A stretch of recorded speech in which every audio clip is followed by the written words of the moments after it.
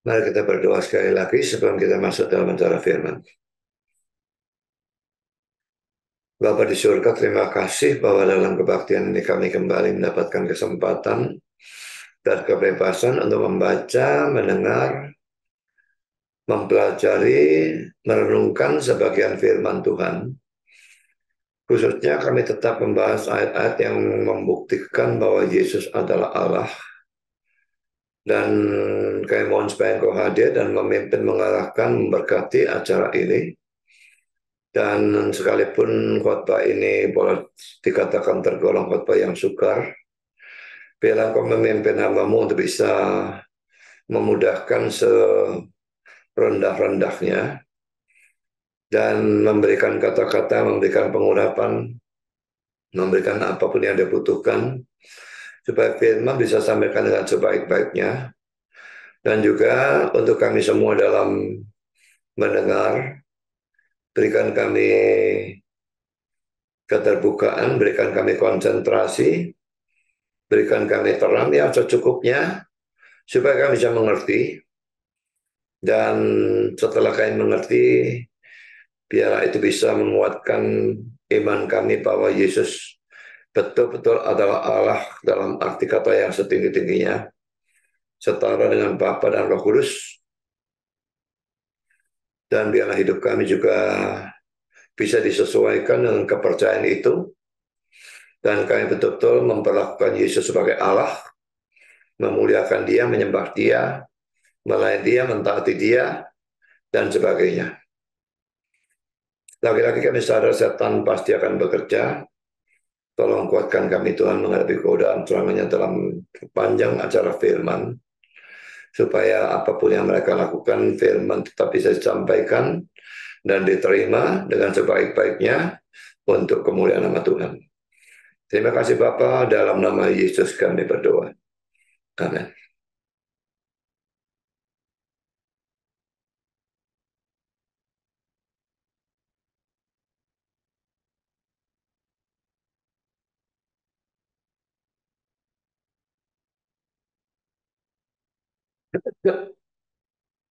Ini adalah session yang ke-6 ya. Dan ini topik ini akan panjang sekali ya. Tapi saya pikir memang penting bukti-bukti bahwa Yesus adalah Allah.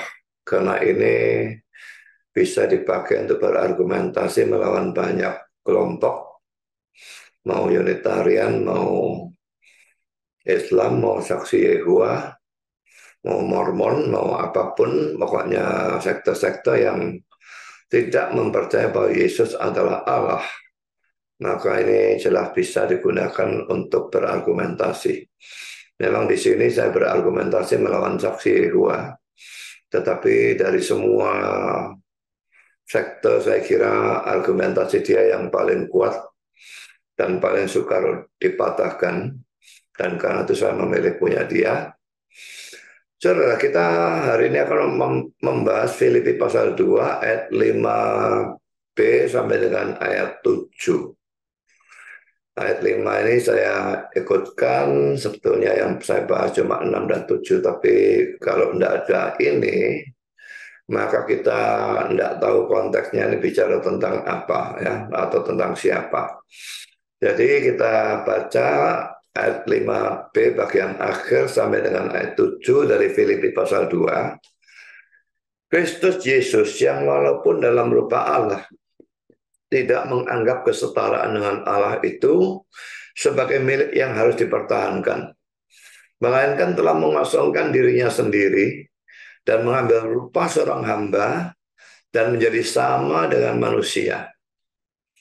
Jadi kalau dalam terjemahan kita ini ya, dia itu dalam rupa Allah, tapi dia tidak menganggap kesetaraan dengan Allah itu sebagai milik yang harus dipertahankan. Jadi dia rela berinkarnasi itu ya, merendahkan diri ya. Nah ini mengosongkan dirinya sendiri, mengambil rupa seorang hamba dan menjadi sama dengan manusia. Ini jelas membicarakan inkarnasi.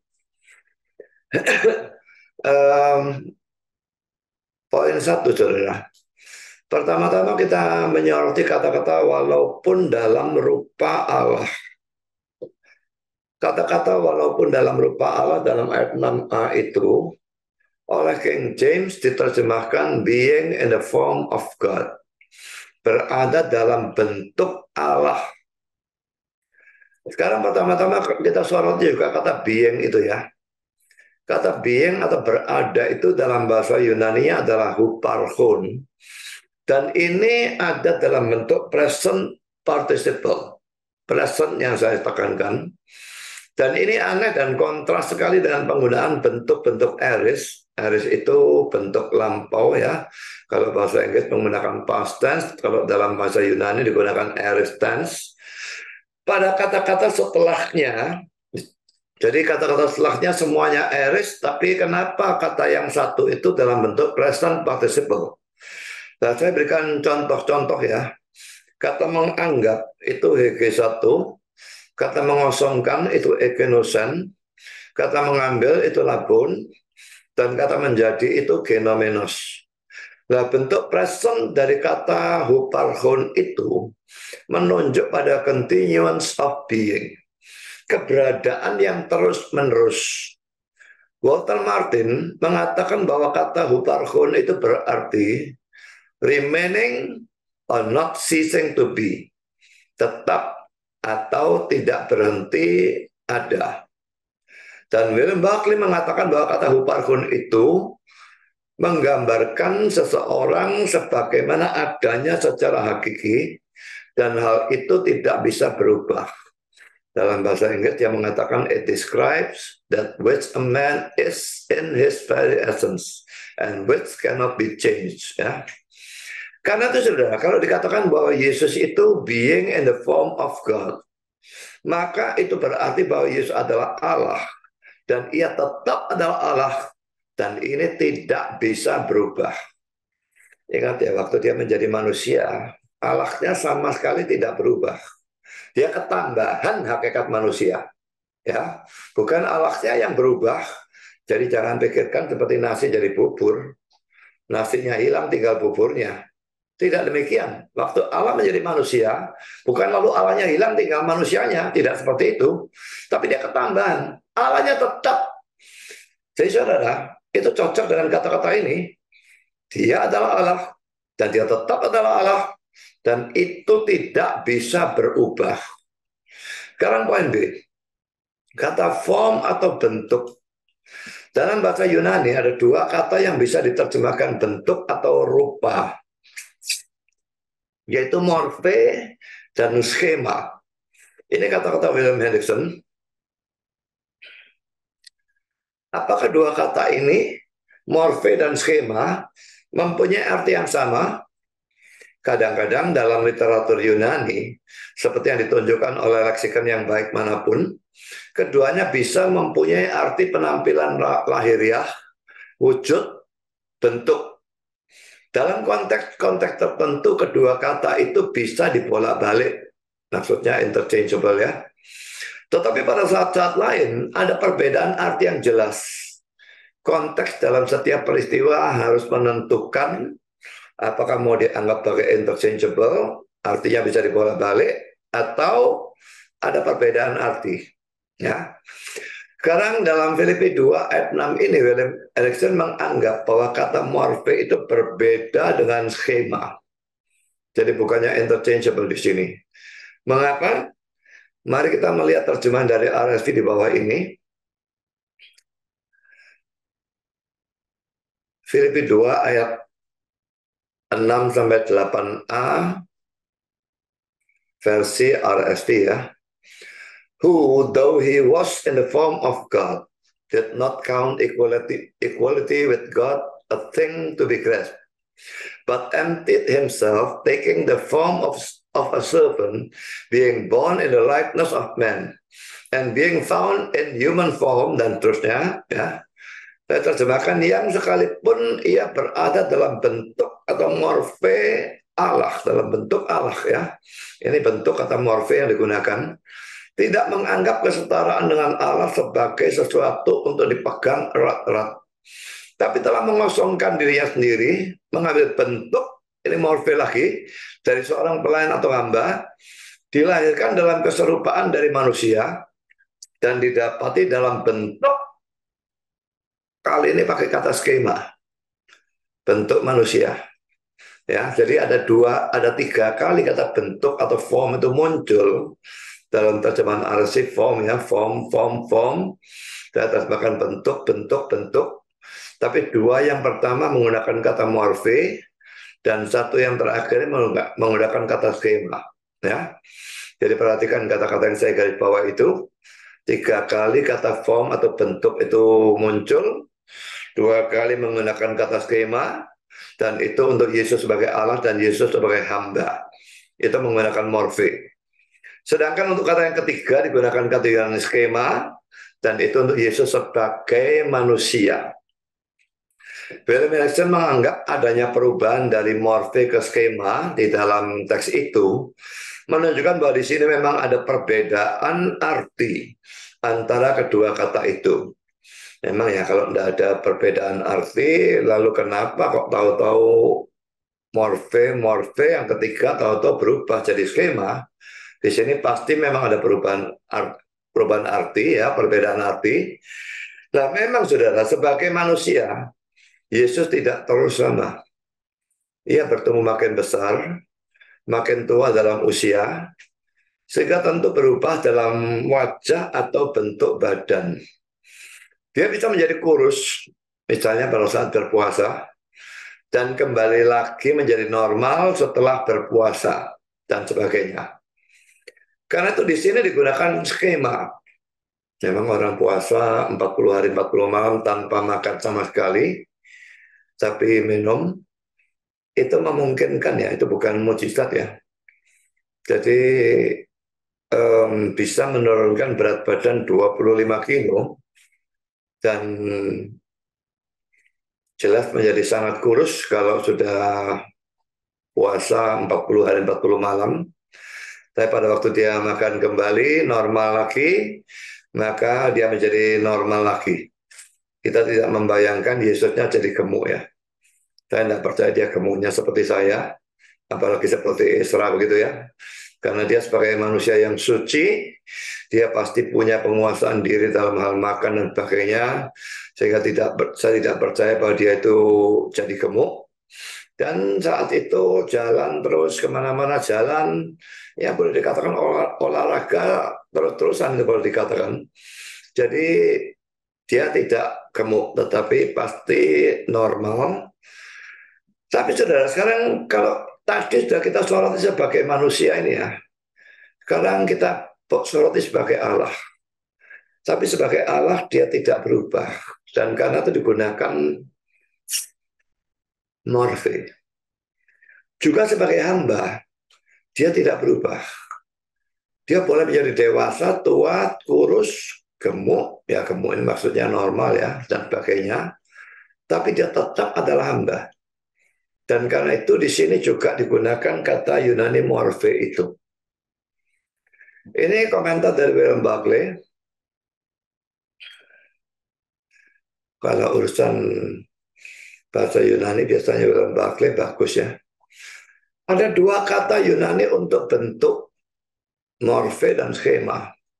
Kedua kata itu harus diterjemahkan bentuk karena tidak ada kata lain dalam bahasa Inggris yang sama artinya. Tetapi kedua kata itu tidak sama artinya. Morfe adalah bentuk yang hakiki yang tidak pernah berubah. Skema adalah bentuk luar yang berubah-ubah dari saat ke saat dan dari keadaan ke keadaan. Kata yang digunakan oleh Paulus untuk Yesus yang ada dalam rupa atau bentuk Allah adalah morfe. Yang artinya adalah keberadaannya yang tidak berubah adalah ilahi. Bagaimanapun skema luarnya berubah, dalam hakikatnya dia tetap ilahi. Jadi dia saya kira punya penjelasan yang sama dengan William Erickson tadi di atas ya. Cuma kata-katanya berbeda dan lebih sederhana begitu ya. Jadi baik penguraian tentang kata being yang artinya ada atau berada maupun penguraian tentang kata form atau bentuk menunjukkan ketidakberubahan Yesus sebagai Allah. Kalau sebagai manusia dia berubah, tetapi sebagai Allah dia tidak bisa berubah. Allah memang mempunyai sifat tidak bisa berubah. Saya berikan ayat-ayatnya di sini tanpa membacanya, saya bisa membacanya sendiri. Karena kalau dia bisa berubah, itu menunjukkan dia tidak sempurna. Misalnya saja saudara, Allah itu berubah dari sekarang sudah punya kekuatan atau kekuasaan sekian. Dia naik. Nah, kalau naik berarti yang tadinya belum maha kuasa ya. Kalau sudah maha kuasa kan bisa mentok di atas, nggak bisa lebih tinggi lagi. Juga kata-kata tertentu ya, kalau ditujukan kepada manusia itu bisa berupa pujian. Tapi kalau diucapkan terhadap Allah dalam doa, itu bisa berupa penghujatan atau penghinaan. Misalnya kalau saya berkata kepada saudara, kamu tuh tak lihat-lihat tambah lama tambah pinter. Nah itu pujian saudara. Tapi kalau saudara berdoa, ya Tuhan kami yang tambah lama tambah pinter, itu penghinaan. Kalau dia bisa tambah pinter, tadinya kurang pinter. Bagi manusia tidak masalah. Semua kita bodoh waktu lahir. Tapi kita belajar tambah lama tambah pinter itu lumrah manusia. Tapi Allah tidak bisa seperti itu. Dari semula dia maha tahu, dia maha berhikmat dan sebagainya. Jadi tidak bisa dia tambah lama tambah pintar atau maju sedikit pun atau mundur dalam kepintaran, dalam kuasa, dalam kesucian, dalam keadilan, dalam segala hal. Tidak bisa berubah. Kalau dia bisa berubah, itu menunjukkan dia tidak sempurna. Dan yang tidak sempurna itu pasti bukan Allah. Saya lanjutkan dengan poin yang kedua. Sekarang mari kita melihat teks yang sedang kita bahas ini sekali lagi ya. Kita baca sekali lagi. Filipi 2 ayat 5b sampai dengan 7. Kristus Yesus yang walaupun dalam rupa Allah tidak menganggap kesetaraan dengan Allah itu sebagai milik yang harus dipertahankan, melainkan telah mengosongkan dia sendiri dan mengambil rupa seorang hamba dan menjadi sama dengan manusia. Ini saya kira masih garis bawahnya bisa diganti.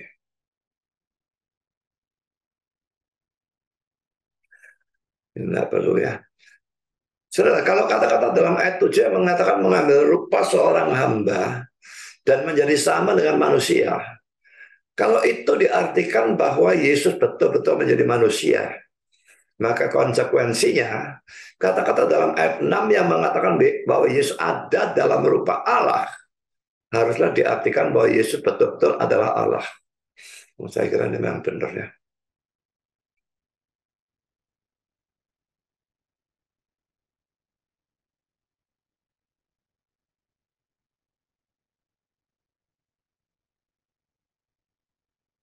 Dan loncat gimana sih?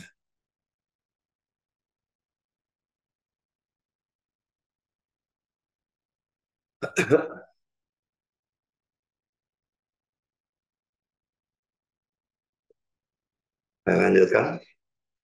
Kalau mau yang tiga, sekarang kita akan membahas bagian yang sukar dari teks ini, yaitu kata-kata tidak menganggap kesetaraan dengan Allah itu sebagai milik yang harus dipertahankan. Nah, ini yang jadi masalah dalam ayat ini. Dan saksi Yehova punya serangan terhadap ayat ini. Dan ini memang agak membingungkan. Kita baca sekali lagi ya. Filipi 2 ayat 5b sampai dengan 7, Kristus Yesus yang walaupun dalam rupa Allah tidak menganggap kesetaraan dengan Allah itu sebagai milik yang harus dipertahankan, melainkan telah mengosongkan dirinya sendiri dan mengambil rupa seorang hamba dan menjadi sama dengan manusia. Saudara, kalau terjemahan kita ini ya, dia itu berarti setara dengan Allah. Tapi dia tidak menganggap kesetaraan dengan Allah itu sebagai milik yang harus dipertahankan. Makanya dia mau berinkarnasi menjadi lebih rendah dari Allah. Sebetulnya setara, tapi merendahkan diri. Ya, tapi kalau kita lihat terjemahan dari Saksi Yehua, terjemahan Dunia Baru ya dalam bahasa Indonesia, peliharalah sikap mental ini dalam dirimu yang juga ada dalam Kristus Yesus, yang walaupun ada dalam wujud Allah, tidak pernah mempertimbangkan untuk merebut kedudukan, yakni agar ia setara dengan Allah. Saudara, artinya sangat jauh berbeda ya. Kalau yang terjemahan kita, dia memang sudah setara dengan Allah. Dia tidak menganggap ini sebagai milik yang harus dipertahankan. Dia rela merendahkan diri berinkarnasi. Tapi kalau dalam terjemahannya Saksi Yehua ini, dia ada dalam wujud Allah. Dia tidak pernah mempertimbangkan merebut kedudukan, yakni agar ia setara dengan Allah. Jadi jelas awalnya begini, ini Allah, ini Yesusnya. Dia tidak mempertimbangkan untuk merebut kedudukan, yakni agar dia setara dengan Allah. Lain sama sekali ya. Sama sekali bertentangan antara terjemahan kita dan terjemahan dari Saksi Yehua ini. Mari kita membandingkan dengan beberapa terjemahan bahasa Inggris ya. Dalam terjemahan King James, let this mind be in you, which was also in Christ Jesus, who being in the form of God, thought it not robbery to be equal with God. Hendaknya pikiran ini ada dalam kamu, yang juga ada dalam Kristus Yesus, yang ada dalam bentuk Allah, menganggapnya bukan sebagai perampokan untuk menjadi setara dengan Allah. Baca sepintas lalu terjemahan King James malah mirip dengan terjemahannya Saksi Yehua ya. Tapi RSV, have this mind among yourself, which is yours in Christ Jesus, who though he was in the form of God, did not count equality with God a thing to be grasped. Milikilah pikiran ini di antara kamu sendiri, yang adalah milikmu dalam Kristus Yesus, yang sekalipun ia ada dalam bentuk Allah, tidak menganggap kesetaraan dengan Allah suatu hal yang harus direbut atau dipegang erat-erat. Jadi grasp itu memang bisa diterjemahkan merebut ya, bisa juga memegang erat-erat, tapi ini bentuk pasif, jadi direbut atau dipegang erat-erat. Sekarang NIV, your attitude should be the same as that of Christ Jesus, who being in very nature God, did not consider equality with God something to be grasped. Sikapmu harus sama seperti sikap dari Kristus Yesus yang ada dalam hakikat Allah, tidak menganggap kesetaraan dengan Allah sesuatu untuk direbut atau dipegang erat-erat. NASB, having this attitude in yourself, which was also in Christ Jesus, who although he existed in the form of God, did not regard equality with God a thing to be grasped. Milikilah sikap ini dalam dirimu sendiri, yang juga ada dalam Kristus Yesus, yang sekalipun ia berada dalam bentuk Allah, tidak menganggap kesetaraan dengan Allah sesuatu untuk direbut atau dipegang erat-erat. Sekarang saya akan singgung sedikit tentang kata bahasa Inggris grasp ya, yang digunakan oleh RSV, NIV maupun NASB. Bisa memang diartikan merebut, bisa juga diartikan memegang erat-erat. Beda ya. Merebut itu ngambil yang bukan punyanya kan, merampas. Saudara punya HP dirampok orang, dirampas gitu ya. Tapi kalau memegang erat-erat, ini memang punya saya, mau dirampas tapi saya pegang erat-erat. Beda sebetulnya. Oleh King James, kata itu diterjemahkan robbery atau perampokan. Kata bahasa Yunani-nya adalah harpakmon. Kalau nanti di bawah digunakan istilah harpakmos, jangan terlalu mempersoalkan perbedaan antara harpakmon dan harpakmos. Perbedaan ini hanya terjadi karena posisi kata itu dalam suatu kalimat. Dan memang Yunani ini gramatikanya luar biasa ruwetnya. Semua kata bisa berbeda-beda, bahkan kata benda, bahkan nama bisa berbeda, tergantung posisinya dalam kalimat. Jadi misalnya kalau Yesus itu sebagai subjek gitu ya. Tapi kalau sebagai berhubungan dengan kepemilikan menjadi Yesu. Kalau dalam bentuk objek menjadi Yesun. Jadi nama saja berubah. Kata benda semua berubah. Apalagi kata kerja dan pakainya seperti ini, nggak usah diomong lah ya. Sekarang saudara, saksi-saksi Yehova mengatakan demikian. The Expositors Greek Testament mengatakan, kami tidak dapat menemukan satu ayat pun di mana harpazo, ini kata dasarnya, ataupun kata jadiannya, termasuk harpakmon, mempunyai arti memiliki, mempertahankan. Itu seolah-olah selalu berarti merampas, merebut dengan kekerasan. Merampok tuh ya. Maka arti yang sebenarnya merebut tidak dapat diganti dengan arti yang sangat berbeda, memegang kuat-kuat. Jadi kalau grasp itu bisa merebut, bisa memegang kuat-kuat, dia pasti tidak mau memilih memegang kuat-kuat atau memegang erat-erat, tapi dia ambil arti merebut, ya. Jadi dalam penafsiran dari saksi Yehova, ayat ini menunjukkan bahwa Yesus itu tidak mempunyai kesetaraan dengan Allah, ya, sesuai dengan pandangan mereka yang sudah kita bahas dalam yang 1 ayat 1. Dia menganggap Yesus itu God, G-nya huruf kecil, dan suatu Allah atau Allah kecil. Dan kalau didesak terus, mana ada Allah kecil, Allah besar, itu jadi politeisme. Maka dia akhirnya mengatakan dia bukan Allah sama sekali, dia adalah malaikat Mikael. Ini sesatnya mereka yang tidak karu-karuan ya.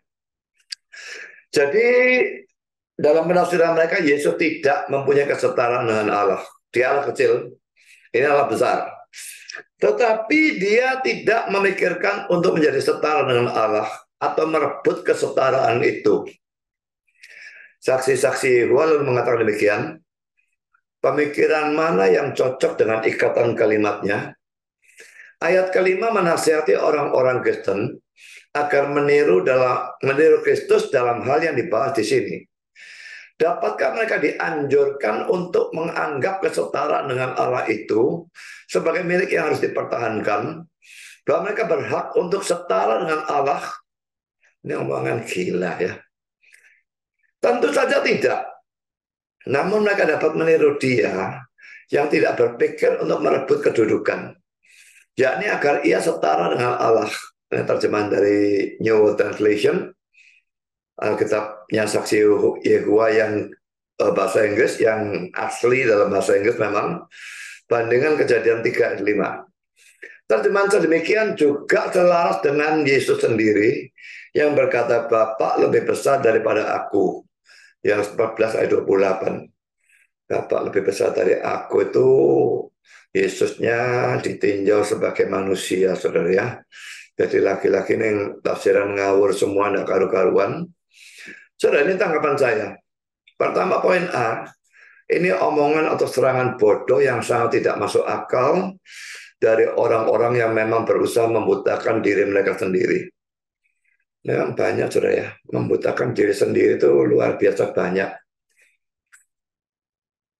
Kalau saya lihat video-videonya Don Ritan itu ya, saya tidak nonton videonya, saya tidak mau dia dapat duit dari saya nonton. Tapi saya klik, langsung saya hentikan videonya. Jadi dia tidak dapat duit dari iklannya gitu ya. Yang kepingin saya lihat itu komen-komen di YouTube itu ya. Tentu saja dari pihak mereka. Dan mereka anggap, wah donditannya yang hebat lah, yang menang lah, yang apa. Dan saya katanya pendeta tukang ngeles. Yang suka ngeles itu yang mana? Di mana saya tidak menjawab pertanyaan dia, saya kepingin tahu. Dia yang bolak-balik tidak menjawab pertanyaan saya dan lari ke sini, lari ke sini, lari ke sana, tambah lama tambah jauh. Pertanyaan pertama saya pada Yesus Nabi palsu atau Allah, dia tidak pernah jawab kok. Sudah saya katakan tidak mau Nabi asli. Tapi dia tetap waktu Nabi asli itu bukan pilihan. Debatnya dia setuju pakai Alkitab kok. Nah, lalu dia salahkan Alkitab. Loh, jadi kamu mau debat dengan dasar yang memang kamu tahu salah. Tidak bisa jawab juga dia. Maupun yang perempuan itu juga tidak bisa jawab juga. Tahu kalau ini salah. Kenapa mau debat dengan ini? Kalau saya tidak mau. Debat dengan dasar sesuatu yang jelas salah. Tapi saudara, mereka membutakan diri, saudara. Mereka anggap saya yang tukang ngeles. Suruh mereka tunjukkan saya ngeles di mana. Bahkan dia lari menjauh. Saya tetap jawab pertanyaan dia. Tidak ada pertanyaan dia yang saya tidak jawab.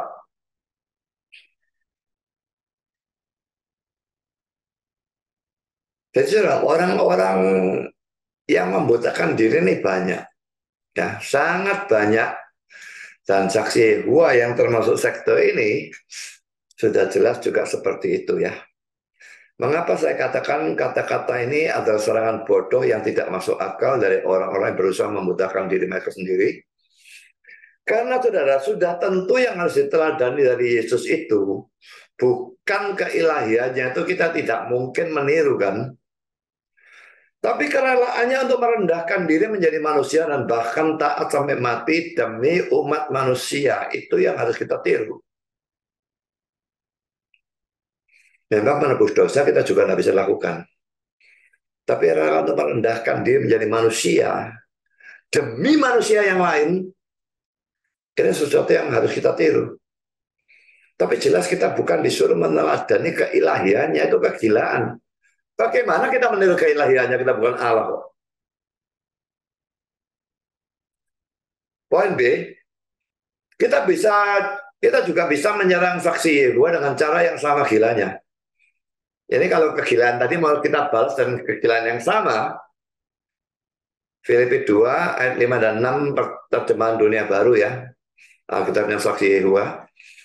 Pelihara sikap mental ini dalam dirimu yang juga ada dalam Kristus Yesus, yang walaupun ada dalam wujud Allah, tidak pernah mempertimbangkan atau merebut kedudukan, yakni agar ia setara dengan Allah. Jadi dalam terjemahan dunia baru kita disuruh meneladani keberadaan Yesus dalam wujud Allah. Tak peduli apakah kata-kata itu diartikan sebagai kemalaikatan, dan dia percaya malaikat Mikael ya, atau ke suatu alahan dari Yesus, bisa meneladani enggak? Kalaupun dia tidak percaya Yesus sebagai Allah yang setara dengan Bapa, dia percaya Allah kecil, dia percaya malaikat Mikael, bisa kita meneladani itu?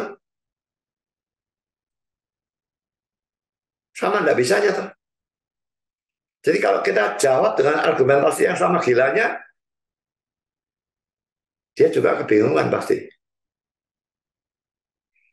Tapi tentu saja kita tidak akan menggunakan argumentasi ini kecuali melawan dia, dan kecuali dia mengeluarkan argumentasi gila itu.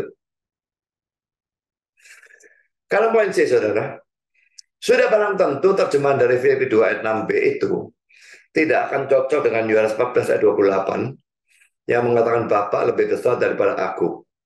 Karena Filipi 2 ayat 6b ini menunjukkan keilahian Yesus, sedangkan Yohanes 14 ayat 28 itu menunjukkan kemanusiaan Yesus. Hanya sebagai manusia, Yesus itu lebih rendah dari Bapa, atau Bapa lebih besar daripada dia. Tapi kalau sebagai Allah, dia setara. Dan bukan hanya Filipi 2 ayat 6b saja yang tidak cocok dengan Yohanes 14 ayat 28 itu. Filipi 2 ayat 6a yang berbunyi walaupun dalam rupa atau bentuk Allah juga tidak cocok. Ini juga tetap menekankan keilahian, saudara. Yang cocok dengan Yohanes 14 ayat 28 adalah Filipi 2 ayat 7-nya yang berbunyi, melainkan telah mengosongkan dirinya sendiri, dan mengambil rupa seorang hamba dan menjadi sama dengan manusia. Ini cocok. Kenapa? Karena ini memang membicarakan kemanusiaan Yesus. Sekarang poin D. Memang ada banyak penerjemahan maupun penafsiran tentang teks ini, tetapi kita jelas tidak boleh menafsirkan seakan-akan ayat itu artinya adalah Yesus itu lebih rendah dari Allah. Dan dia tidak mempertimbangkan untuk merampas kesetaraan dengan Allah itu. Seperti penerjemahan atau penafsiran dari saksi-saksi Yehova. Mengapa kita tidak boleh menafsirkan atau menerjemahkan seperti itu? Karena kalau kita memilih penafsiran saksi-saksi Yehova itu, maka satu, Filipi 2 ayat 6b ini akan bertentangan dengan Filipi 2 ayat 6a yang menunjukkan keilahian Kristus yang sudah dijelaskan di atas. Ya. Kalau dia lebih rendah, ya dia bukan Allah kan. Padahal ayat 6a-nya sudah kita bahas di atas, itu menunjukkan keilahian Yesus. Bagaimana kita menafsirkan Filipi pasal 2 ayat 6 itu A dan B-nya bertentangan. Kita mestinya mengharmoniskan ayat dan bukan mentabrakkan ayat dengan ayat. Yang kedua, Filipi 2 ayat 6b ini, kalau kita memilih penafsiran saksi Yehova, akan bertentangan dengan Yohanes 5 ayat 18, sebab itu orang-orang Yahudi lebih berusaha lagi untuk membunuhnya. Bukan saja karena ia meniadakan hari Sabat, tetapi juga karena ia mengatakan bahwa Allah adalah Bapaknya sendiri. Kalau Allah adalah Bapaknya sendiri, maka dia adalah anak Allah, gitu ya. Dan dengan demikian menyamakan dirinya dengan Allah. Perlu diperhatikan bahwa kata Yunani yang diterjemahkan kesetaraan dalam Filipi 2 ayat 6b sama dengan kata Yunani yang diterjemahkan menyamakan dalam Yohanes 15 ayat 18. Ya, ini menyamakan ini ya. Makanya saya katakan ini sebetulnya menyetarakan, bukan menyamakan. Kata Yohanes ini sama sebetulnya. Filipi 2 ayat 6b menggunakan kata Yunani Isa. Sedangkan Yohanes 5:18 menggunakan kata Yunani Ison. Nah, lagi jangan terlalu pusing kalau Isa dan Ison kok berbeda. Ya. Kedua kata Yunani ini jelas mempunyai kata dasar yang sama. Jadi Yesus jelas sudah mempunyai kesetaraan dengan Allah itu. Dan karena itu Filipi 2 ayat 6b itu tidak mungkin diartikan seperti penafsiran yang diberikan oleh para saksi Yehova ataupun Alkitab mereka terjemahan dunia baru. Sekarang kita masuk pada poin yang ketiga. Dalam Filipi 2 ayat 1-4, Paulus sedang menasihati supaya jemaat Filipi mempunyai kerendahan hati dan kasih atau ketidakegoisan. Jadi sekarang kita perhatikan konteks dari teks yang sedang kita bahas ya. Yang kita bahas kan Filipi 2 ayat 5-7. Kita bahas konteksnya untuk melihat arti mana yang cocok dengan konteksnya. Filipi 2 ayat 1-4, Paulus itu menasihati supaya jemaat Filipi punya kerendahan hati dan kasih atau ketidakegoisan. Sebetulnya memang lawan dari kasih itu bukan benci ya. Tapi lawan dari kasih itu adalah egois. Jadi kasih itu sama dengan ketidakegoisan sebetulnya. Kasih itu keluar. Kita mau memberi. Kalau egois, masuk, ambil sebanyak mungkin. Jadi kasih dan egois itu yang bertentangan sebetulnya. Jadi di sini dinasihati supaya rendah hati dan kasih atau tidak egois. Mari kita baca teksnya ya. Jadi, karena dalam Kristus ada nasihat, ada penghiburan kasih, ada persekutuan roh, ada kasih mesra, dan belas kasihan. Karena itu sempurnakanlah sukacitaku dengan ini. Hendaklah kamu sehati sepikir, dalam satu kasih, satu jiwa, satu tujuan, dengan tidak mencari kepentingan sendiri, tidak egois ya, atau puji-pujian yang sia-sia. Sebaliknya hendaklah dengan rendah hati yang seorang menganggap yang lain lebih utama daripada dia sendiri, dan janganlah tiap-tiap orang hanya memperhatikan kepentingannya sendiri. Kalau memperhatikan kepentingan sendiri itu egois. Jadi di sini dinasihati jangan seperti itu ya, jangan egois ya. Tetapi kepentingan orang lain juga. Ini mencakup kasih maupun tindakan tidak egois itu. Pikirkan kepentingan orang lain juga. Lalu dalam Filipi 2 ayat 5 dan terusnya, Paulus menunjuk kepada Yesus sebagai teladan dalam hal kerendahan hati dan kasih atau ketidakegoisan. Sedangkan saudara, dalam terjemahan dari TDP atau terjemahan dunia baru itu ya, kalau dikatakan bahwa Yesus itu lebih rendah dari Allah dan tidak ingin merebut kesetaraan dengan Allah, maka itu bukan merupakan suatu contoh kerendahan hati ataupun kasih ataupun ketidakegoisan, tapi hanya merupakan contoh dari absennya suatu kegilaan. Nanti saudara kita akan lihat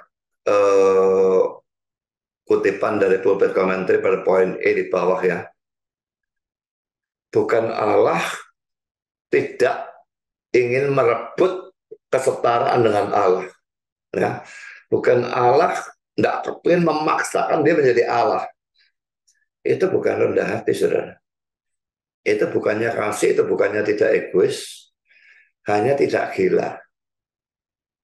Saya berikan ilustrasi ya. Kalau saudara adalah seorang warga negara Indonesia, dan saudara tidak berusaha untuk melakukan kudeta, jatuhkan Jokowi, lalu saudara menggantikan dia kepinginnya jadi presiden, ya. Jadi tidak berusaha melakukan kudeta, menggulingkan presiden dan menjadi presiden, menggantikan presiden yang sah. Tidak melakukan itu, apakah itu menunjukkan bahwa saudara adalah warga negara yang baik dan rendah hati? Tidak kudeta. Itu rendah hati? Itu baik? Tentu saja tidak. Itu hanya menunjukkan bahwa saudara tidak gila. Nanti maksudnya ya. Demikian juga kalau Yesus lebih rendah dari Allah. Dan dia hanya tidak berusaha untuk menjadi setara dengan Bapa. Itu sama sekali tidak menunjukkan suatu kerendahan hati ataupun kasih. Itu hanya menunjukkan bahwa dia tidak gila. Dengan demikian Filipi 2 ayat 5 dan 6 ini menjadi tidak cocok dengan konteksnya, yaitu Filipi 2 ayat 1 dan 4. Tapi dalam terjemahan kita sendiri, maka Yesus yang setara dengan Allah itu rela direndahkan dengan menjadi manusia supaya bisa mati menebus dosa kita. Ini dengan jelas memang menunjukkan suatu kerendahan hati. Allah mau direndahkan menjadi manusia dan lebih-lebih mau menderita dan mati untuk menebus dosa supaya manusia bisa selamat. Itu semua rendah hati, kasih, ketidakegoisan ada di sana. Jadi terjemahan kita lebih cocok dengan konteksnya jelas ya. Sedangkan terjemahan dunia baru dari Saksi Yehuwa ini sama sekali tidak cocok dengan konteksnya. Dan memang dalam menerjemahkan harus menyesuaikan dengan konteksnya. Tidak boleh kita menerjemahkan suatu ayat atau suatu teks out of context. Karena kita masuk dalam poin E, pandangan dari William Hendrickson, pulpit commentary, dan E.T. Robertson. William Hendrickson mengatakan bahwa kata harpagmos merupakan suatu kata benda yang bisa diartikan secara aktif atau secara pasif. Saudara ini perhatikan baik-baik karena ini bagian yang paling sukar dari khotbah ini ya. Kalau saudara tidak mengerti, saudara ulang dengan makalahnya ataupun nonton YouTube-nya dan bareng dengan makalahnya diulang.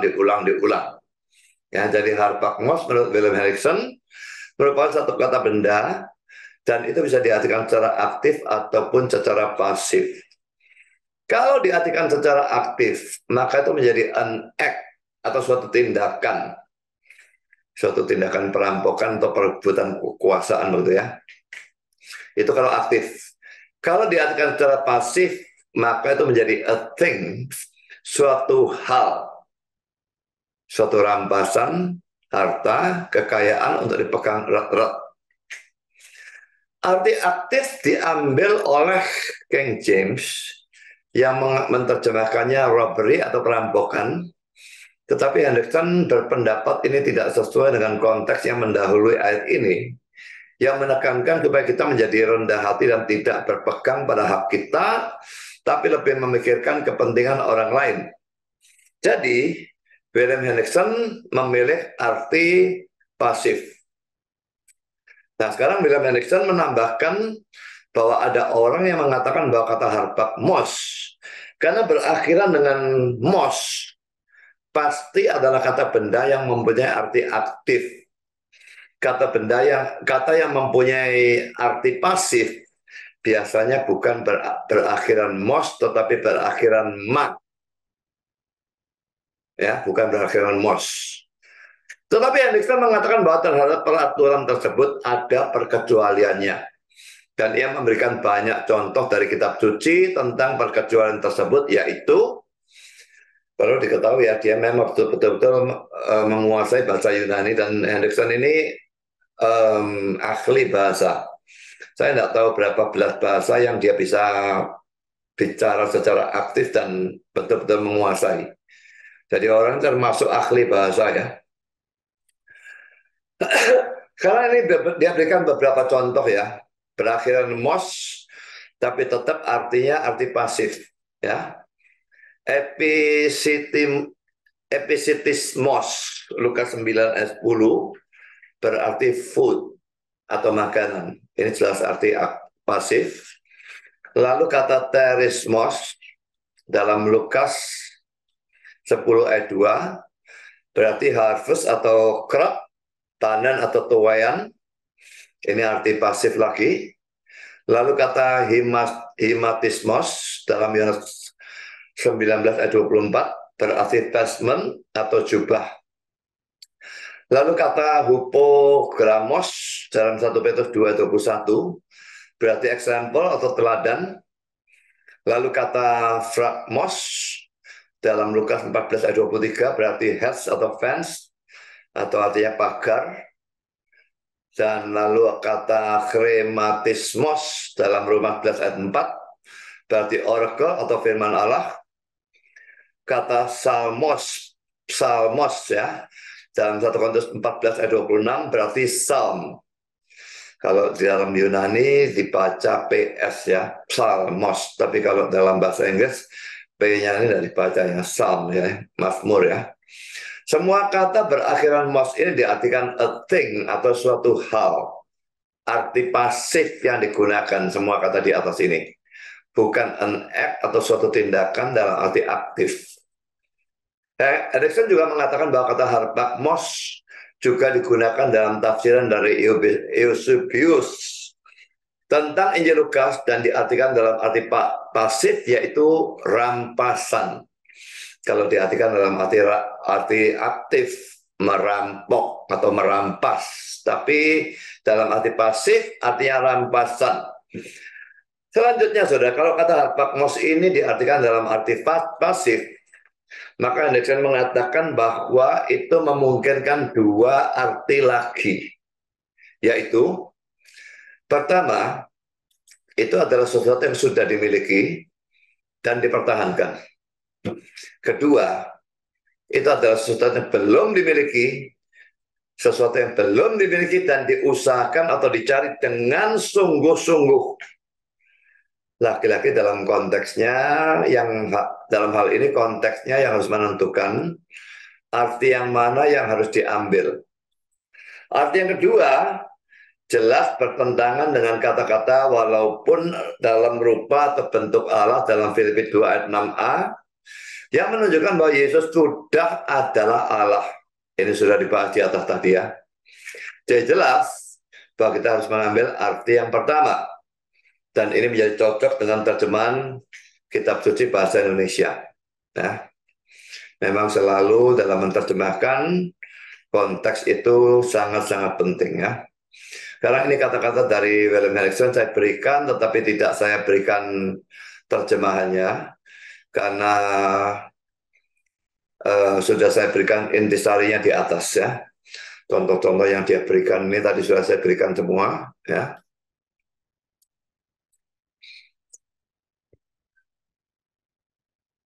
Lalu saya berikan sekarang kutipan dari pulpit commentary, ini panjang. Saya tidak menerjemahkan semuanya, saya terjemahkan hanya bagian-bagian yang saya garis bawah ini ya. Di sini, dan di sini. Jadi komentar pulpit commentary ini artinya kurang lebih sama dengan yang diberikan oleh William Erickson. Karena itu saya tidak memberikan terjemahnya kecuali kata-kata yang saya garis bawahi, yang terjemahnya adalah sebagai berikut. Kata penghubung tetapi atau dalam Yunani Allah secara implisit menunjukkan bahwa kedua pernyataan itu bertentangan satu sama lain. Ia tidak memegang erat-erat, tetapi sebaliknya ia mengosongkan dirinya sendiri. Tidak merebut kesetaraan dengan Allah, bukanlah suatu contoh kerendahan hati, tetapi hanya menunjukkan tidak adanya suatu ketidaksalian yang gila dalam diri seseorang yang bukan Allah. Ya, seperti tadi saya katakan, kalau bukan Allah, kepingin jadi Allah. Itu bukan contoh kerendahan hati ataupun kasih atau apapun. Itu hanya contoh dari absennya suatu kegilaan. Saudara, sebagai catatan, kata yang dibicarakan oleh pulpit commentary adalah kata pada awal ayat 7 yang dalam terjemahan Indonesia terjemahkan melainkan. Ya, dia menggunakan kata tetapi, ya melainkan dengan tetapi sebetulnya nggak terlalu berbeda. Tapi kata tetapi saya kira lebih tepat sebetulnya di sini. Indonesia menerjemahkannya melainkan ya. Kalau tetapi lebih lebih tajam rasanya dalam mengkontraskan bagian sebelumnya dan bagian sesudahnya. Sekarang Ed Robertson, suatu hadiah harpakmon. Semula kata-kata yang berakhiran mos menandakan tindakannya aktif ya, bukan hasil dari tindakan tersebut. Itu berakhiran ma, ini pasif. Beberapa contoh dari harpakmos, brutal dan sebagainya mengizinkan kata itu untuk dimengerti sebagai kata yang sama artinya dengan harpakma, seperti baptismos dan baptisma. Itu berarti bahwa Paulus memaksudkan suatu rampasan atau hadiah untuk dipegang erat-erat dan bukannya sesuatu untuk didapatkan dalam kurung perampokan. Sekarang kita masuk dalam poin F, saudara. Pandangan dari William Barclay dan Matthew Poole. William Barclay dan Matthew Poole memberikan penafsiran yang agak berbeda. Mereka menganggap bahwa sekalipun harpakmos diambil dalam arti aktif pun, berarti merampok atau merebut, ya, itu tetap menunjukkan keilahian dari Yesus. Jadi kalau seperti ini, maka terjemahan dari King James pun tidak ada masalah kalau mereka mengartikan seperti ini. Ini kata-kata dari William Barclay. Yesus tidak menganggap sebagai perampokan untuk menjadi setara dengan Allah. Ia tidak menganggap kesetaraan dengan Allah sebagai sesuatu untuk dirampas atau direnggut. Kata yang digunakan untuk perampokan yang kami terjemahkan sesuatu untuk dirampas atau direnggut adalah harpakmos, yang berasal dari suatu kata kerja yang berarti merampas atau merenggut, atau menggenggam atau memegang erat-erat. Ungkapan itu bisa berarti salah satu dari dua hal ini yang sebetulnya mempunyai arti yang sama. Poin A, itu bisa berarti bahwa Yesus tidak perlu untuk merampas kesetaraan dengan Allah, karena ia sudah mempunyai hal itu sebagai suatu hak. Jadi Yesus tidak perlu merampas, dia gunakan terjemahan merampas, tidak perlu merampok. Dia memang sudah Allah, buat apa lagi merampok, sudah setara kok. Poin B, itu bisa berarti bahwa ia tidak memegang erat-erat kesetaraan dengan Allah, seakan-akan memeluknya dengan penuh kewaspadaan bagi dia sendiri, tetapi menyerahkannya dengan sukarela demi kepentingan manusia. Bagaimanapun kita menerimanya, ini menekankan lagi kealahan yang hakiki dari Yesus. Jadi dia tidak masalah Kalau itu diambil dari dalam arti aktif, merampas, merenggut, merebut, merampok, seperti terjemahan King James, tidak masalah. Karena Yesus memang tidak perlu merampas itu, merampok itu. Dia sudah mempunyai hal itu sebagai satu hak. Dia memang Allah yang sudah setara dengan Bapa. Lalu apanya lagi yang mau dirampok? Metipul, kita tidak membaca dalam teks yang kudus. Ia tidak memikirkan untuk melakukan perampokan ini. Tetapi dikatakan ia memikirkan atau menganggapnya bukan perampokan untuk menjadi setara dengan Allah. Kedua hal mana sangat berbeda. Sama berbedanya seperti mendapatkan keilahian oleh suatu perebutan atau perampasan dan memilikinya secara alamiah. Kalau mendapatkan keilahian melalui suatu perebutan atau perampasan, ini yang dimaksudkan oleh para saksi Yehova. Itu sangat berbeda dengan memilikinya secara alamiah. Ini punya kita, dia memang setara dengan Bapa. Catatan saudara, saya sendiri lebih memilih penafsiran William Hendrickson ataupun Public Commentary dan A.T. Robertson di atas, karena lebih cocok dengan konteksnya. Penerjemahan dan penafsiran dari William Barclay yang poin A dan Matthew Paul ini tidak menunjukkan kerendahan hati dan kasih atau ketidakegoisan dari Yesus. Sekarang kita masuk dalam poin yang keempat, saudara. Masih ada satu bagian penting yang harus dibahas dari teks ini, yaitu kata-kata mengosongkan dirinya sendiri dalam ayat yang ke-7. Kata-kata ini dijadikan dasar dari suatu ajaran sesat yang disebut teori kenosis.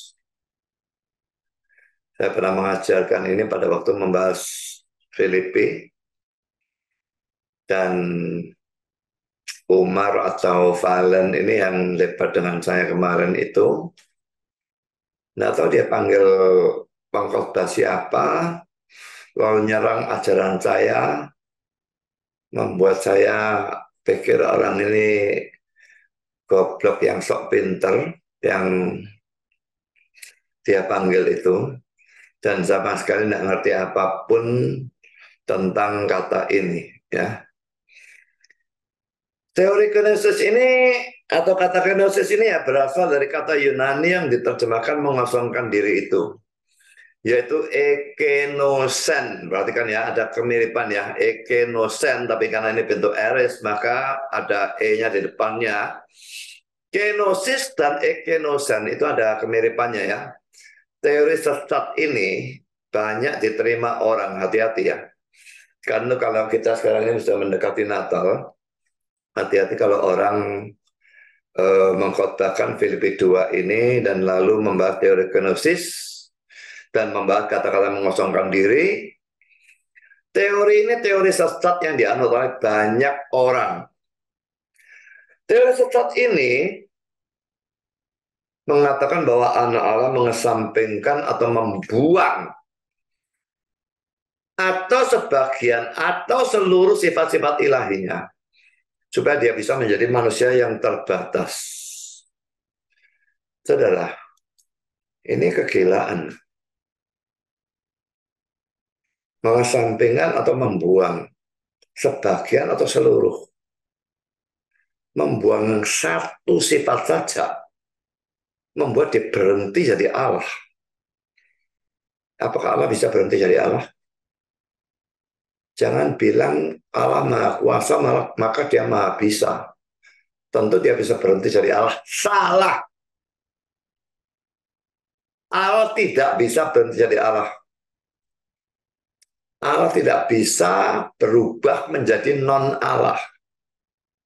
Lain dengan waktu dia menjadi manusia itu dia ketambahan manusia, tapi Allahnya akan tetap. Tapi kalau Allahnya ini yang berubah menjadi manusia seperti nasi jadi bubur, lalu nasinya hilang tinggal buburnya. Allah jadi manusia, Allahnya hilang tinggal nasinya. Itu mustahil dia lakukan. Ingat, Allah itu punya sifat tidak bisa berubah. Tapi teori ini bukan cuma mengatakan mengesampingkan atau membuang sebagian atau satu sifat, tapi sebagian atau seluruh sifat-sifat ilahinya, supaya dia bisa menjadi manusia yang terbatas. Dia tidak perlu membuang seluruh sebagian ataupun seluruh sifat ilahinya supaya bisa menjadi manusia yang terbatas. Sekarang saya tunjukkan ya, apa salahnya atau sesatnya teori kenosis ini ya. Poin A, Yesus adalah Allah. Dan karena itu dia tidak bisa berubah. Lihat nomor 1 di atas ya. Allah tidak bisa berhenti menjadi Allah, sekalipun hanya sementara. Berhenti sebentar, balik lagi. 1 detik pun tidak bisa.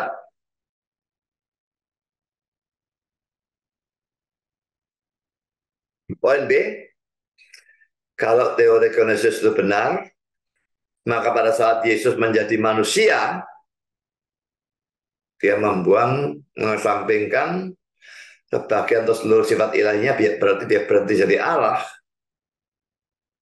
Lalu bagaimana Tritunggalnya, saudara? Bapa, Anak, Roh Kudus kan mestinya. Tapi yang kedua ini sekarang berhenti jadi Allah. Sisa cuma 2. Allah Tritunggalnya bubar jadi Allah Dwi Tunggal. Tidak bisa lebih sesat lagi.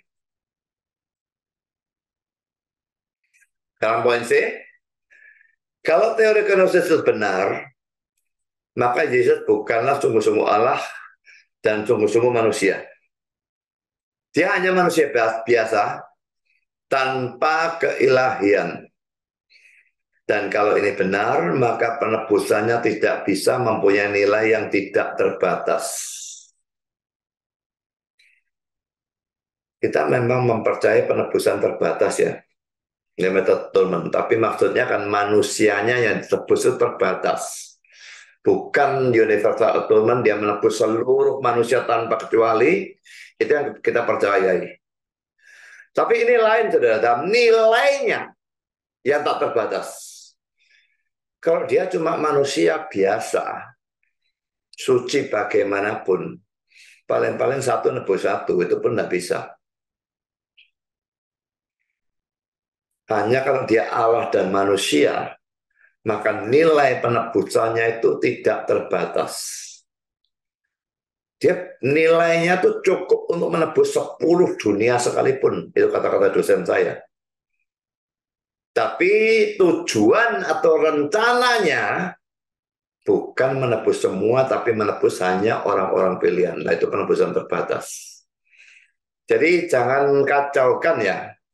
Antara penebusan dia punya nilai tak terbatas, itu kita percaya. Nilainya begitu besar karena ada ilahi dan manusianya ini. Kalau cuma manusia nggak bisa, nggak ada nilai. Atau paling banter 1 nebus 1. Tapi dengan ada ilahinya, yang Umar katakan hypostatical union, dia mau pakai big words ya, kata-kata sukar itu dia pikir saya nggak ngerti. Nggak tahu dia kalau saya dosen kosmologi. Dan itu justru saya sangat menguasai, dia mau ngedablus di sana. Yang satu nuduh saya monofisit, laki-laki pikir saya nggak tahu apa itu monofisit barangkali. Ini mau bohong itu ya. Cara debat mereka memang sangat tidak fair. Lari dari topik, lalu bahas hal-hal yang ya itu dengan big words, begitu kata-kata sukar. DPK saya nggak ngerti. Saya tahu semua, cuma ya memang ada hal-hal yang nggak ada waktu untuk mau jawab. Buka teknologi saya pun jelaskan lagi. Dok, itu tidak sesuai dengan topik. Untuk apa? Mengatakan saya monofisit itu gila. Monofisit itu cuma punya 1 hakikat, saudara. Mono ya. Mono dan fusis. 1 hakikat. Apakah saya percaya satu hakikat? Dalam debat itu jelas saya katakan hakikat ilahi, hakikat manusia. Tapi 1 pribadi. Nuduh monofisit. Goblok luar biasa.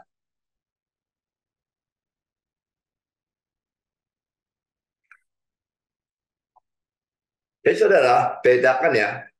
Kita percaya penebusan terbatas, orang-orang yang ditebus ini terbatas. Dia menebus semua manusia di dunia. Tapi kalau nilai penebusannya memang tidak terbatas. Cukup sebetulnya untuk menebus 10 dunia sekalipun. Andai kata dia memang menghendaki hal itu. Tapi Tuhan tidak menghendaki hal itu. Dia cuma mau menebus orang-orang pilihan. Karena rencananya itu harus terjadi ya.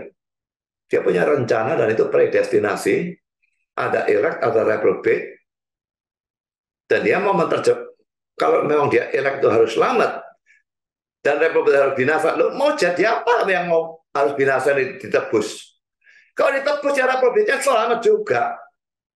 Hutangnya reprobate dibayar semua ya pasti selamat juga.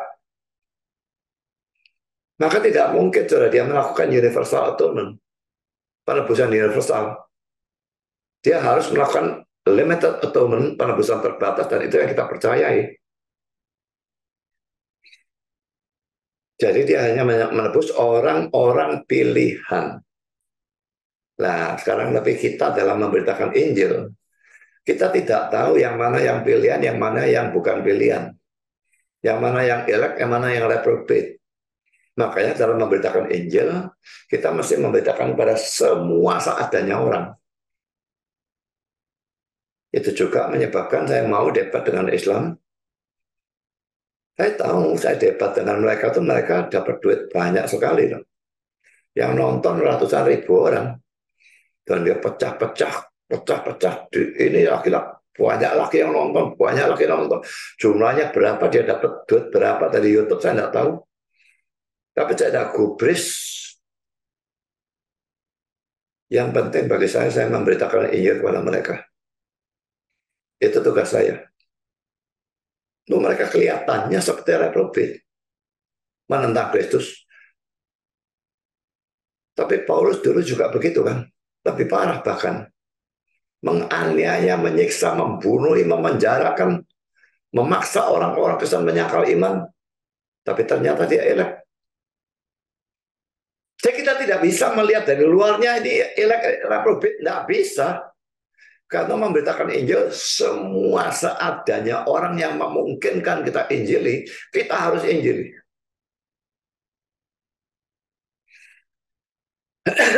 Saya lanjutkan saudara ya. Jadi bagaimana kita harus menafsirkan kata-kata mengosongkan dirinya sendiri itu? Mengapa merupakan sesuatu yang penting untuk mengerti bagian dengan benar? Karena saksi-saksi Yehova boleh dikatakan menafsirkan kata-kata ini apa adanya. Mereka beranggapan bahwa pada waktu Yesus menjadi manusia, ia kehilangan keilahiannya atau kemalaikatannya, sehingga ia hanya manusia biasa saja. Dalam debat dengan Muslim itu juga muncul ya.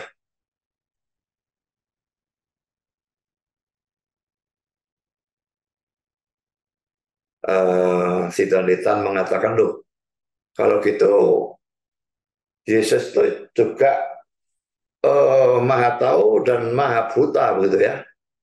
Kira-kira begitulah dia katakan. Maha kuasa dan lemah saya tambahkan. Dan saya katakan saya sudah berhasil mengajari kamu kristologi. Yang kamu katakan benar memang. Ada semacam dualisme dalam diri Yesus sejak inkarnasi dan seterusnya. Jadi saudara, karena dia Allah sungguh-sungguh dan manusia sungguh-sungguh dalam satu pribadi. Dan hakikat ilahi maupun hakikat manusia itu memberikan atau sama-sama memiliki sifat dengan pribadinya. Ya, pribadinya mempunyai sifat-sifat yang sama dengan hakikat ilahinya, juga mempunyai sifat-sifat yang sama dengan hakikat manusianya. Maka dalam pribadinya terdapat dua sifat yang kelihatannya kontradiksi. Maha kuasa dan lemah misalnya. Memang dia maha kuasa dan lemah. Coba saudara lihat penggambaran Alkitab tentang Yesus bagaimana. Di satu pihak dia maha kuasa. Lazarus sudah mati 4 hari. Lazarus keluar. Lazarusnya bangkit. Badai dia bilang, tenang. Badainya berhenti. Setan datang, setannya langsung kabur. Jadi dalam hal-hal tentu kelihatan dia maha kuasa, bukan? Tapi anaknya dia jalan-jalan, pelayanan, dan sebagainya, dia menjadi capek. Dia butuh istirahat. Dia butuh makanan untuk menyegarkan dirinya. Maka dia kelihatan lemah, bukan? Maha kuasa dan lemah.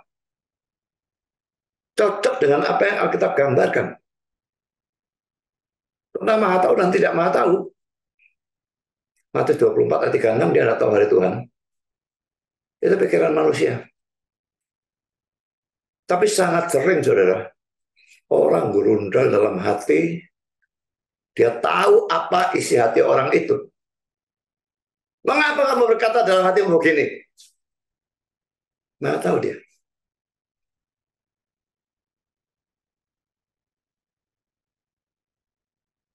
Jadi dia tidak kehilangan keilahiannya, saudara. Ini salah sama sekali. Tidak bisa Allah kehilangan keilahiannya.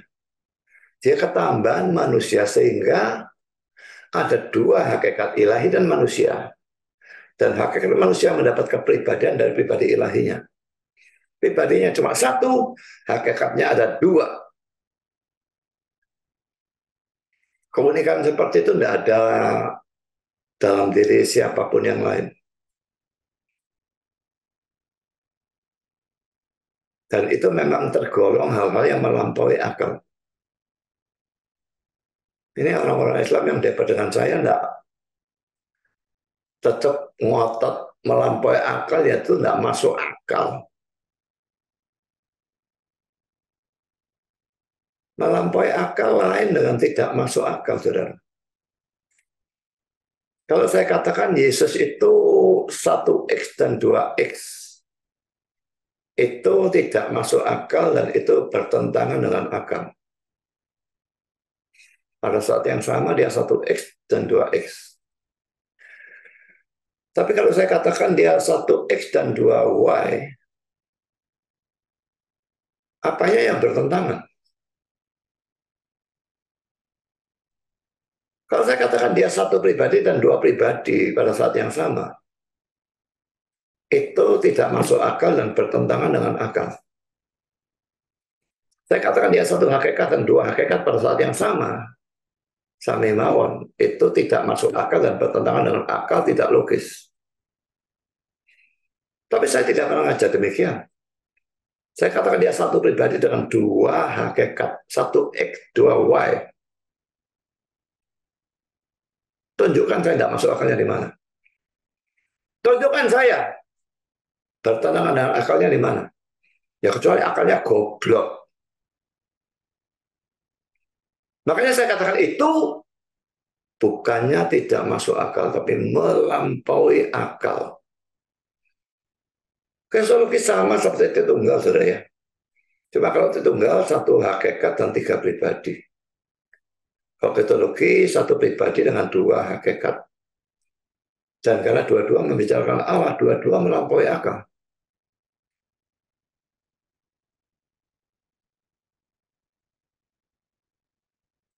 Jadi dia bukan kehilangan keilahian. Kalau kehilangan keilahian atau kemalayakatannya, dia manusia biasa. Dan itu memang ajaran Yehova ya. Mula-mula Yesus itu ya God, Allah kecil atau malaikat Mikael. Waktu menjadi manusia, hilang ini. Ya manusia biasa. Jadi dualisme itu tidak ada dalam diri mereka. Dalam pengertian mereka tidak ada. Waktu Yesus mati bangkit, kembali lagi dia menjadi suatu Allah atau malaikat lagi, manusianya hilang. Konyol semua, saudara. Kita tidak percaya yang seperti itu. Satu pribadi, dua hakikat, sejak inkarnasi dan seterusnya. Sampai sekarang, the God-man. Di surga pun, Allah dan manusia dalam satu pribadi. Cuma manusianya ini sudah tubuh kemuliaan. Ya. Tapi itu tetap manusia. Dan kita nanti kalau masuk surga, kita juga punya tubuh kemuliaan seperti dia. Jadi ajaran saksi Yehova ini jelas merupakan sesuatu yang sesat. Kalian perhatikan komentar Calvin di bawah ini. Kristus tidak bisa melepaskan dirinya sendiri dari keilahiannya. Ya, alangkah kontrasnya.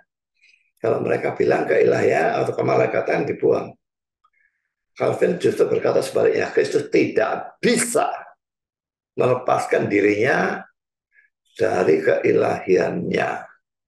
Maaf, dirinya, ya mestinya profesor. Dirinya sendiri dari keilahiannya, tetapi menyembunyikannya. Menyembunyikan keilahian itu untuk sementara waktu. Tetap ada dalam dirinya, tapi disembunyikan, ya, supaya tidak kelihatan di bawah kelemahan daging. Apa maksud kata-kata ini? Kalau saudara misalnya hidup pada zaman Yesus dan melihat Yesus, dia melihat cuma manusia.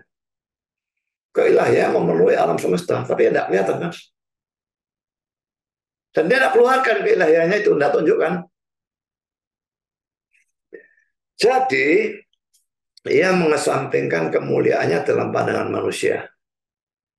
Bukan dengan menguranginya, tapi dengan menyembunyikannya. Waktu dia jadi manusia, bukannya lalu manusianya bersinar begitu ya. Ya, bersinar waktu di puncak gunung itu saja, tapi sehari-hari tidak.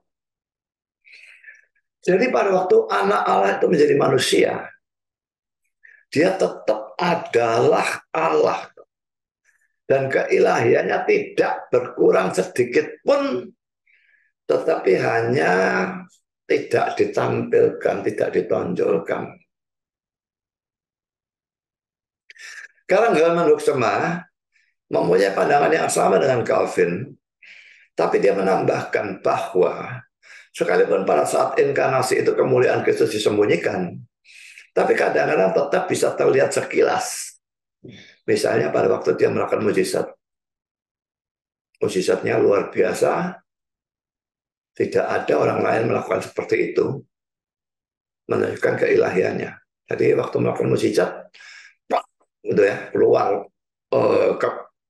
keilahiannya keluar, sebentar kemuliaannya keluar, gitu ya. Tapi pada umumnya disembunyikan. Ini kata-kata Herman Hoeksema. Ini tidak berarti bahwa anak Allah untuk sementara waktu mengesampingkan hakikat ilahi untuk menukarnya dengan hakikat manusia. Ini mustahil. Karena hakikat ilahi tidak bisa berubah. Tetapi itu berarti bahwa ia masuk ke dalam keadaan manusia. Sedemikian rupa, sehingga di depan manusia, kemuliaan dan keagungan ilahinya tersembunyi. Sekalipun bahkan dalam saat perendahan pun, itu kadang-kadang memancar keluar. Seperti misalnya dalam pelaksanaan atau pertunjukan perbuatan-perbuatan ajaibnya atau mujizat-mujizatnya. Disembunyikan.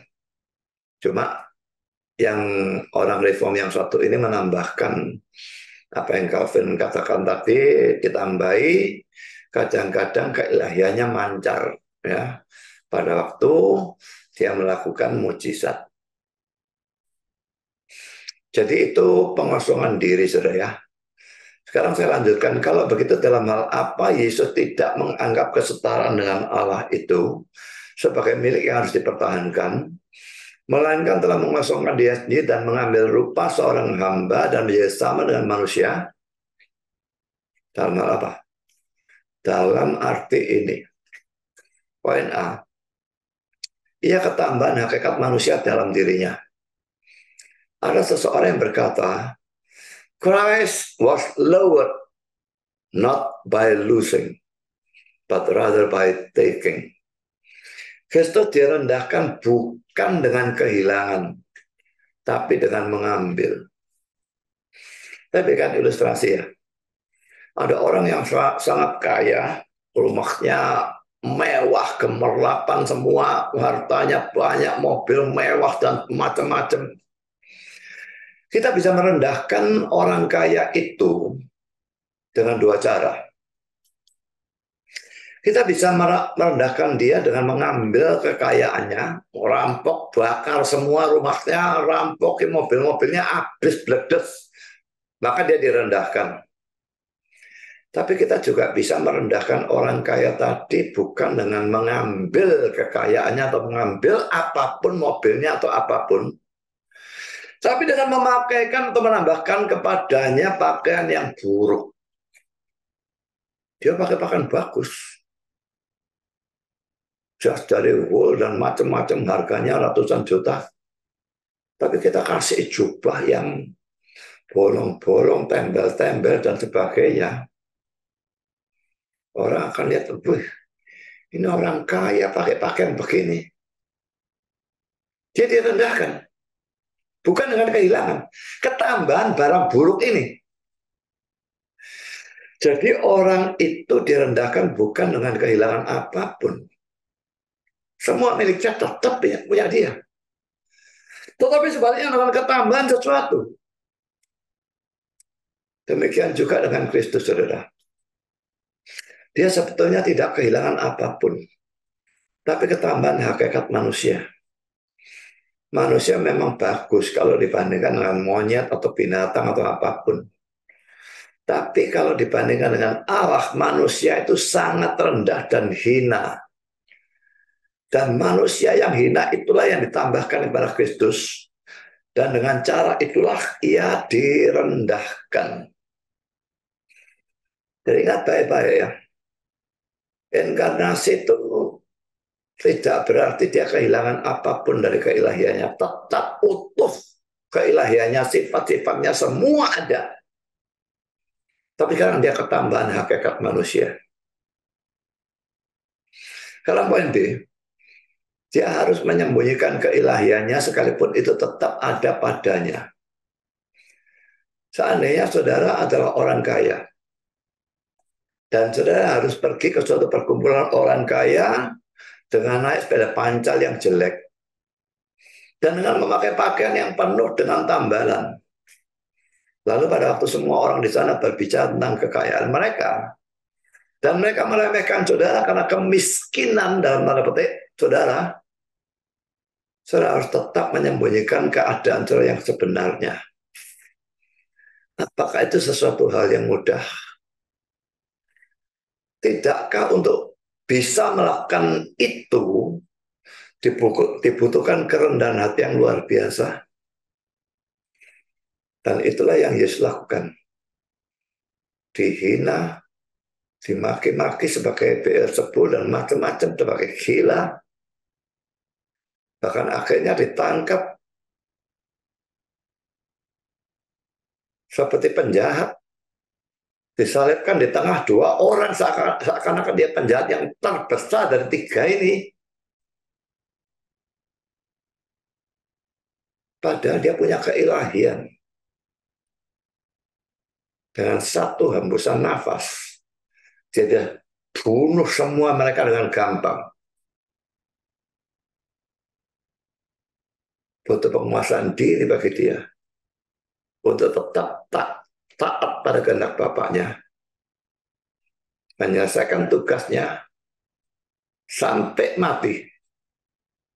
Dan dengan demikian, melakukan penebusan dosa manusia dan menyediakan satu-satunya jalan ke surga bagi kita. Kita harus bersyukur dan memuji Dia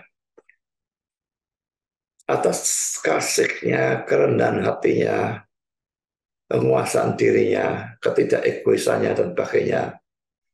Sehingga dia Allah mau menjadi manusia, bahkan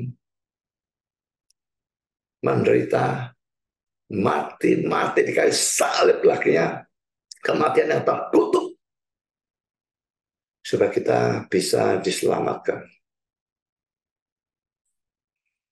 Jadi dari sini kita belajar bukan hanya Yesus adalah Allah, tapi juga sedikit kita belajar tentang penebusannya yang memberikan kepada kita satu-satunya jalan ke surga. Yang belum percaya Yesus sebagai Allah, percayalah. Yang belum percaya penebusan Kristus, percayalah. Kalau terlambat, sudah masuk ke neraka, dan menyesal bagaimanapun tidak ada gunanya. Tuhan memberkati saudara. Amin.